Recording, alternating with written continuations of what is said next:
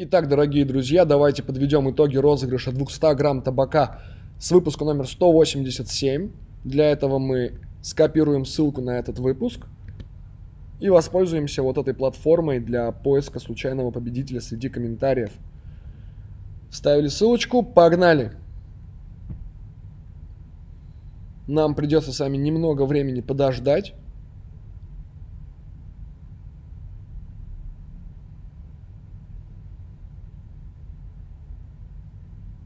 Больше половины пути уже позади.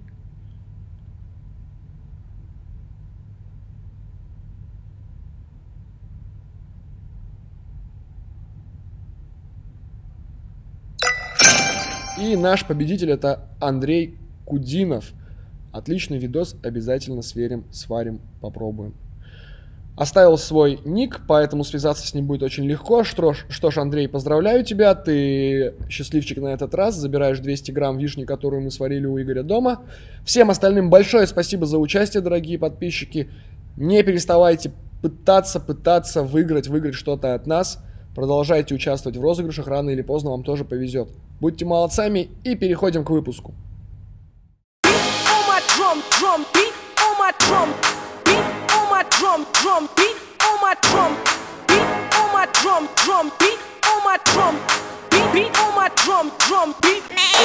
Всем салют, народ, с вами опять я, Айк, а это означает, что вы на канале Hookah Time, и сегодня мы покажем вам 5 простых и не очень способов, как разжечь угли на природе, вне дома.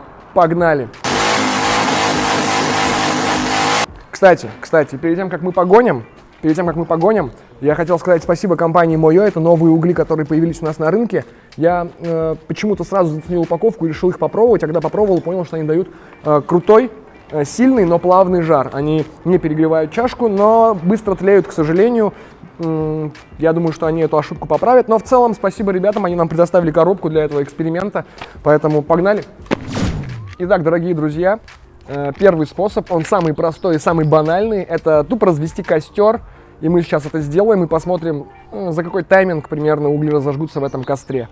Нам нужны дрова, салфетки или газета, бумага, все что угодно, все, что легко воспламеняется, спички либо зажигалка, ну и рожек, чтобы сделать все это побыстрее. Можно и без рожика. Погнали. Разложим салфеточки на донышко, чтобы дать всему этому быстрый, хороший огонек, хорошее пламя. И все, накидаем немного дров, они уже сухие, готовые. Много не надо, так маленькие. Было бы вообще отлично их, конечно, пораскалывать, но у меня нет сегодня с собой топора, есть только нож. На нож не пойдет. Так. Все этого достаточно. Костер нужен небольшой. Рожечек.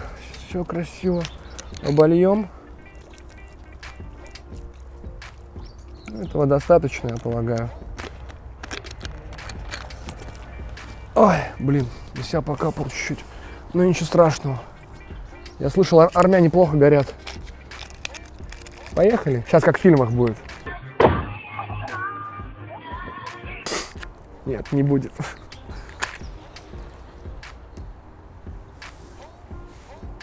Все, пламечко началось. Давайте подождем, пока все это разгорится. И закинем угли прямо во время пика. И взглянем, что из этого получится. Ну, все, дорогие друзья, у нас уже дрова начали активно гореть. Давайте закинем туда уголечки. Этого жара нам достаточно. Ага. Не будем жадничать, закинем 3 штучки на 1 кальян. Чтобы все ускорить, можно раздуть дощечкой, и все будет намного быстрее. Ну все, собственно, давайте отмерять, смотреть, как все это будет гореть.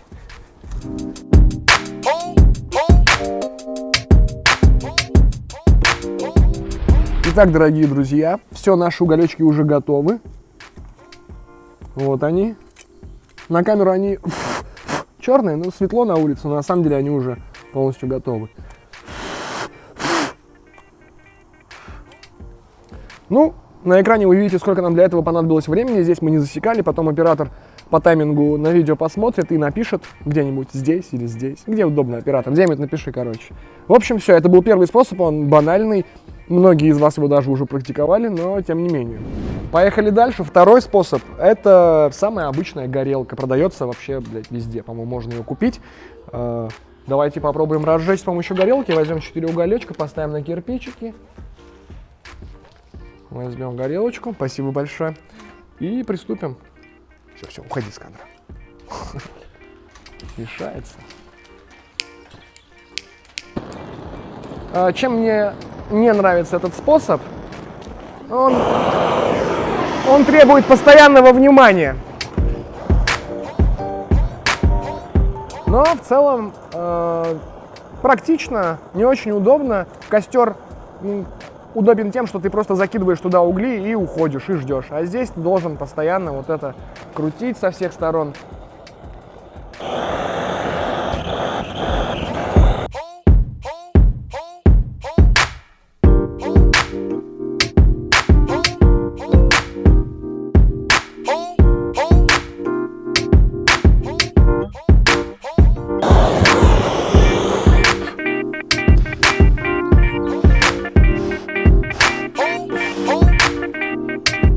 Ну, почти они до конца разгорелись, осталось только чуть-чуть.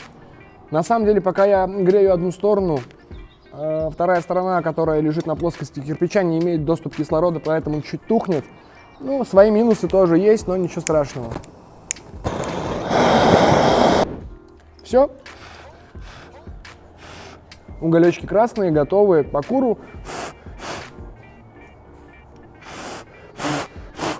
Соответственно, как бы плюс горелки в том, что вам не придется разводить костер и тратить на это время, поэтому это в любом случае будет быстрее. Время, которое мы потратили на розжиг углей с помощью горелки, можете увидеть на экране.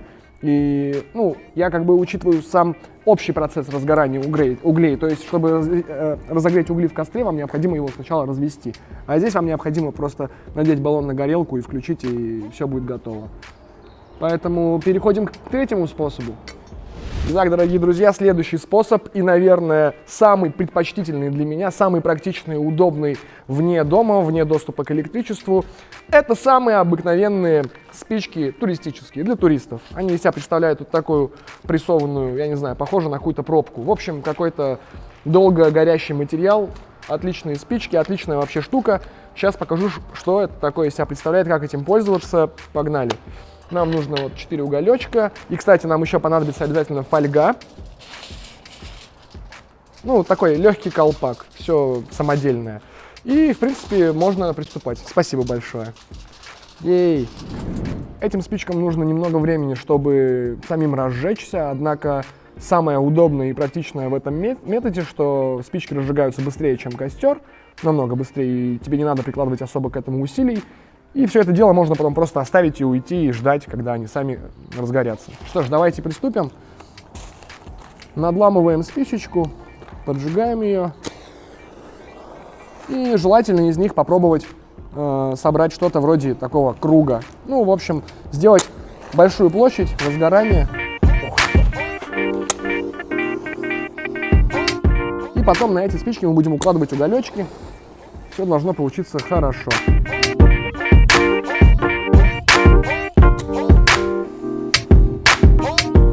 Я думаю, одной упаковки здесь должно хватить. Давайте попробуем на одной упаковке разжечь 4 уголечка, как раз небольшой эксперимент. Оператор мне подсказывает, что нужно дать им немного самим разгореться. Вообще правильно, а то еще потухнут, да, от нехватки кислорода. В общем, сейчас они немного подпалятся, и мы уже уложим уголечки. Разогреваются они быстро, буквально там пару минут максимум. Они уже, собственно, все уже покрыты огнем, пламенем. Можно уже, я думаю, грузить уголечки. Давайте закинем. По-братски. Спасибо, родной. Все. Собственно, можно все это дело накрыть фольгой, чтобы это разжигание произошло чуть быстрее. И все, можно идти забивать чашку, пока все это греется. Супер практично, супер удобно. Стоит это вообще фигню, я не знаю, я не помню, за сколько мы его купили, но копейки. Поэтому самый дешевый, удачный и, как по мне, простой метод розжига углей вне дома.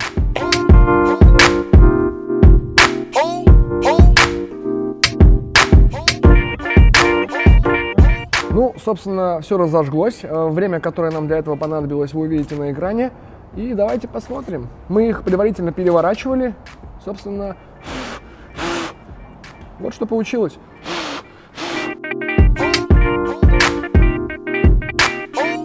Вот, красные, готовые к покуру, немного раздуть, и все в порядке.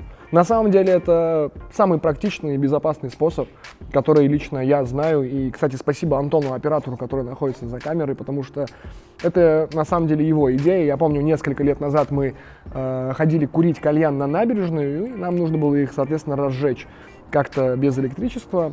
И вот Антон предложил такую идею. Мы в Глобусе у нас в гипермаркете случайно увидели, точнее он случайно увидел эти спички долго разжигающиеся, туристические, как еще называют. И вот мы попробовали, и этот лайфхак устаканился у нас на всю жизнь, и мы теперь так пользуемся спичками туристическими очень часто. Поэтому, если вы хотите разжечь угли на природе, это, наверное, самый удобный и самый простой способ.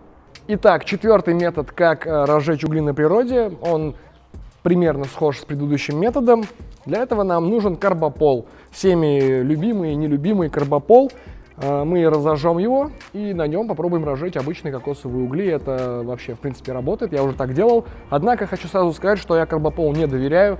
И в целом, ну, типа, не хочу обидеть Путкова, но я считаю, что это, скорее всего, вредно. Я не могу утверждать со стопроцентной уверенностью, но мне почему-то кажется, что на этих углях не стоит ни курить, ни разжигать кокосовые угли. Но если вы не нашли ничего из того, что вот было раньше, и даже костер не смогли развести, то это, в принципе, для вас. Кстати, у меня тоже костер не с первой попытки получилось развести. Поэтому имейте в виду. Что ж, давайте приступим. Нам для этого, опять же, понадобятся уголечки. Ну, возьмем 3, не принципиально. Можем 4, конечно, взять, но да, бог с ним. И нам, опять же, понадобится колпак из фольги. Большое спасибо. Я понял, как надо прогонять их, просто благодарить из кадра. Удобно. Что ж, давайте приступим. Распакуем карбопол. Ну, буквально, я думаю, 3-4 таблетки будет достаточно. Вот этот запах еще при розжиге карбопола, он просто, блядь, ужасный.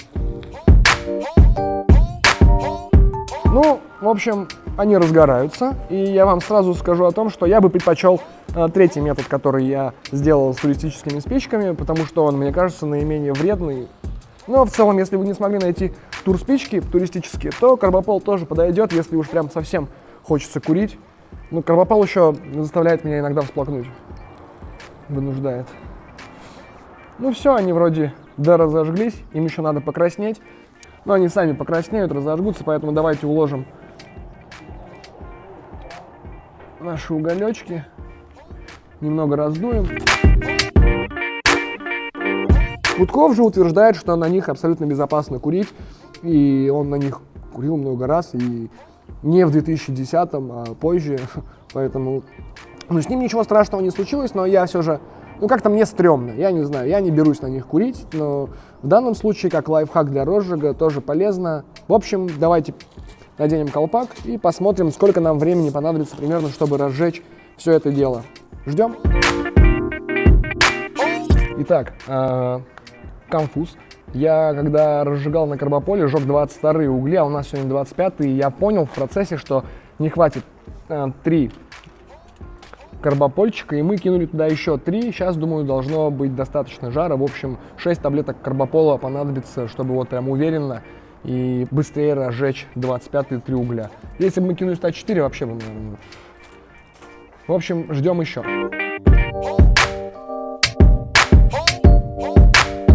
Итак, братва, в общем, мы докинули еще 3 селитровых угля, я об этом уже сказал. Давайте посмотрим, что у нас вышло. В принципе, уголечки у нас разогрелись. Раздуть чуть-чуть и готово. Поэтому вот, еще один способ. Но я его не особо прям рекомендую, лучше на туристических спичках. Верно? Угу. Верно. Кстати, это, оказывается, ученица Саркози, я даже не знал. Коля ее обучал забивать чашки. То-то у него хуево получается. Ты еще даже не пробовал мои чашки. Я уже в курсе, я Колины пробовал. Шутка, Больно шутка. обязательно. Да, это шутка, да. Поэтому, дорогие друзья, еще один способ, но он наименее практичен, как по мне, чем туристические спички, потому что это тупо просто дольше. Просто тупо дольше. Поэтому чек. Переходим к следующему. Ну, все, самое интересное впереди. Сейчас мы попробуем разжечь угли с помощью настоящего огнемета, дорогие друзья. Мне просто стало интересно, насколько быстро они разожгутся, учитывая тот факт, что средняя температура горения пламени у огнемета это 1500 градусов. У печки где-то 600, по-моему, 700. Ну, x2 жара, поэтому погнали, дорогие друзья. Нам пора провести этот эксперимент.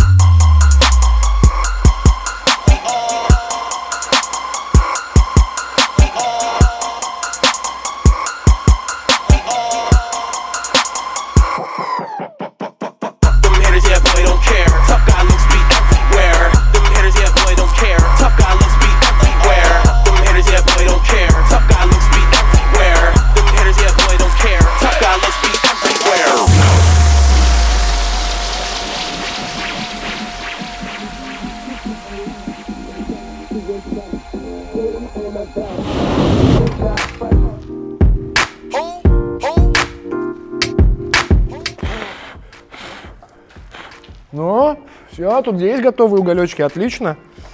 Все, можно курить. Слушай, ну если поискать, можно найти прям да. Вот эта троечка.